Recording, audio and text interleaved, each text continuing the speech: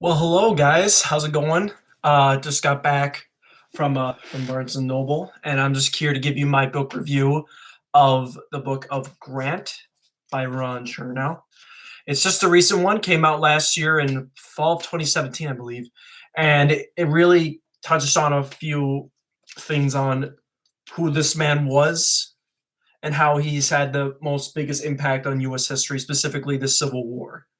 And what I'm going to give you today is kind of a really brief description of this man, a man that I admire, a man that I look up to whenever life gets me down. And this is really, really something that I can't explain unless you read the book. What I mean by that is this book really changes your not only outlook of the man, but it changes your outlook on the Civil War as a whole, and also teaches you about Reconstruction as well. So, what I liked about this book is that the writing was very well flowing. It was very well connected. Um, his use of exhaustively researched sources are the best I've ever seen in any biography. Um, he really gives a really good description of how Grant was mainly a human guy. He was human. He made mistakes. He also tackled down and totally debunks the whole myth of the butcher myth, the Grant's a drunkard myth. And it's mainly being propped up by lost cause revisionists or other authors that did not like him. Um, I just like this book because it's just, I mean, look at this. That's how much detail you can get in there. And then you have other sources in this book as well. So it really is a really detailed book. It's 1,000 pages. I read the Kindle version, but I decided today, I thought, hey, might as well go buy the physical version so I can use it as a little back as reference. So, but anyways, you guys, I give this book an A+. It's the greatest biography I've ever written. If you want to read it, get it on Amazon, go to Barnes and Noble or local bookstore that's selling it. I really encourage you guys to get this book because this book will literally change not only your outlook on Grant, it will change your outlook on the Civil War. And what I like to point out too is that Grant is a very, very, to me, he's one of the greatest Americans I've ever learned about because he really epitomizes what it means to be a great general.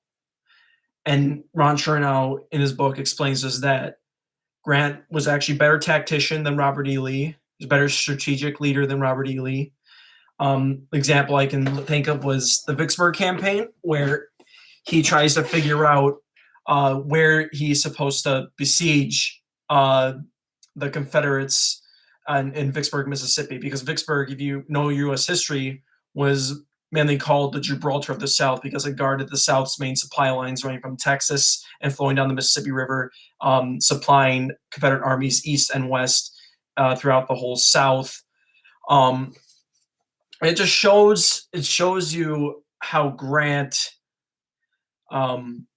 mainly defied all the odds because the strategy was to far-fetched. He said, well, I'm going to put these gunboats down in this river to fire at the city to keep them distracted while I go down south lower.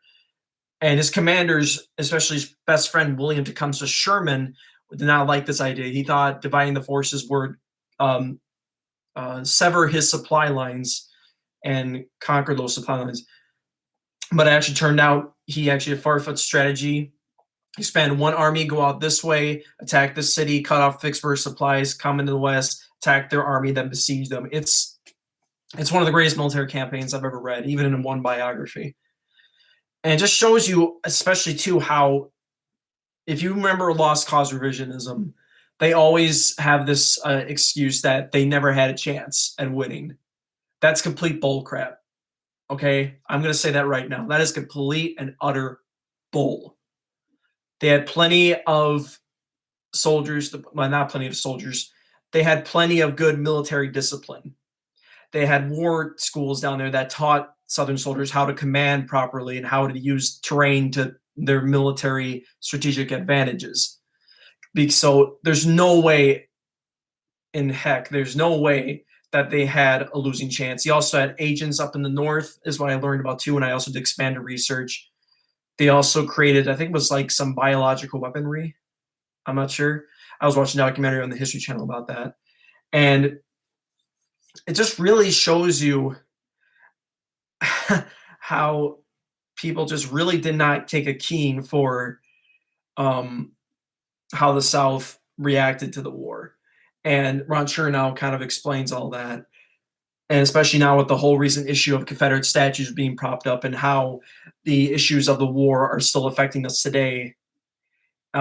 He also talks about how even even Southerners, some Southerners became Republicans after the war, especially James Longstreet. If you've ever heard of him, he was considered Lee's old war horse, as Lee called him, and he was a best friend with Ulysses S. Grant. And I also just pointing out too is that not only just about the Civil War and his life as a general and president, also teaches you how his early life was. Just to give you a little tips about it, his father was a very bombastic man who would take advantage of anything to to basically kind of prop his son up as a way where his son really didn't want to step in the limelight. He wanted to stay back from the limelight. He mainly looked up to his mother, who was a very religious person, who really I think taught him how to be humble and not to be bombastic like his father was. And I also talked about how Ulysses S. Grant was very good with horses. Always talked about that. Always talked about how even when he went to West Point, he really just explicitly showed his military prowess, even though he graduated in the bottom half of his class. And he, before him, Robert E. Lee, the previous man, had received no demerits, which is a record now still at West Point. But he receives, I can't remember how many demerits it was, but it was a lot.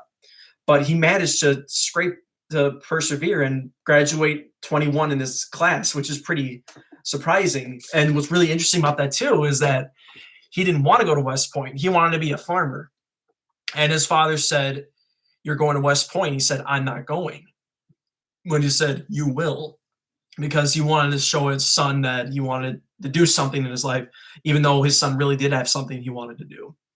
So it's a very interesting, complex book. I really encourage you guys, just again, check it out. Go to Amazon, buy it. Get it on your Kindle, get it on your Nook, whatever reading device or whatever bookstore you have. I really encourage you guys. It's a great book. I highly encourage it. If Ron Chernow comes across this video, I applaud you, sir. You have written the greatest biography ever written. I don't know if that's a word, but anyway. But it's a grade A book, you guys, and I really encourage you to get it. And then any other details, it just shows you how not only just that of Grant's early life, also his presidency. His presidency, in my opinion, is the greatest president we've ever had.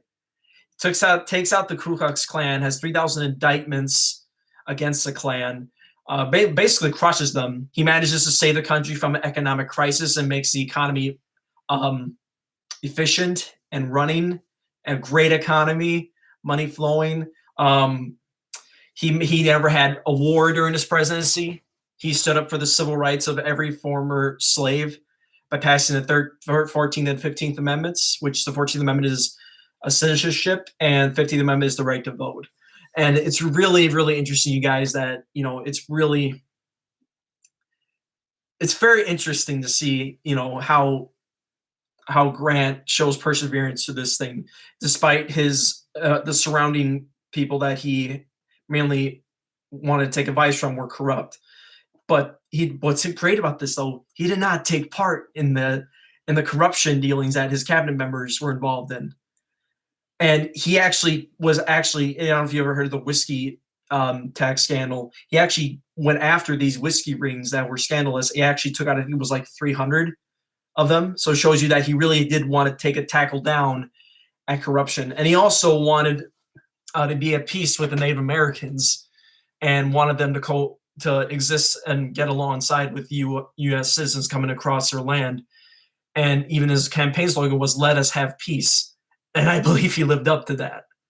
So it's a very interesting development, and I'm going to say this too. If there's any Southerners out there who believe in the lost cause revisionism, that you think the Confederacy was glorious or that Grant was a drunkard and a butcher, this book is going to prove you wrong. This book shows the real history of Ulysses S. Grant and the Civil War, and also Reconstruction as well. So, and I'm not going to get political there. I just really encourage people to get out there because, when it comes to these days, people just don't read books anymore. It really, it's a huge pet peeve of mine, and it really kind of ticks me off too. So it really is just, I don't know. I just don't know how back then, we were so smart. Now we're just not smart anymore. And when you read this book, as one reviewer, I can't remember what from newspaper editor it was, but said that that he says stupid cannot stand in the way of this book, because literally once you read it, you're just not stupid anymore. It's a great book. It's a great educating tool, and I really encourage this not only to high school teachers, but encourages college professors. If you ever have a Civil War class, I encourage you to use this book for your students, because this is a great book. And also it's just great. Okay, I can't contain the excitement. It's, I don't know, man. It's just, whew. That's why I say things off the cuff sometimes, because I move with that. But yeah, it's a great book, you guys, and I really encourage you to really get a hold of it, because this book will give you a life-changing experience of showing who Ulysses S. Grant was: a great man, a most gracious man, most kind man, a determined man. Even though he was ordinary, he became so extraordinary. So I really encourage you guys, read the book, check it out. Seriously, I'll give you a look at it one last time. Really, just take it out. Remember, it's Grant by Ron Chernow. It's really an amazing book. It's amazing. So I really encourage you guys just to read it and educate yourselves about him. And just also, if you're looking for somebody to look up to, Grant's the guy. This is Mark Bruman. I'm also known as Bookmaster. Have you guys have a blessed day. Thank you for this review. And as always, let us have peace. I'll see you later.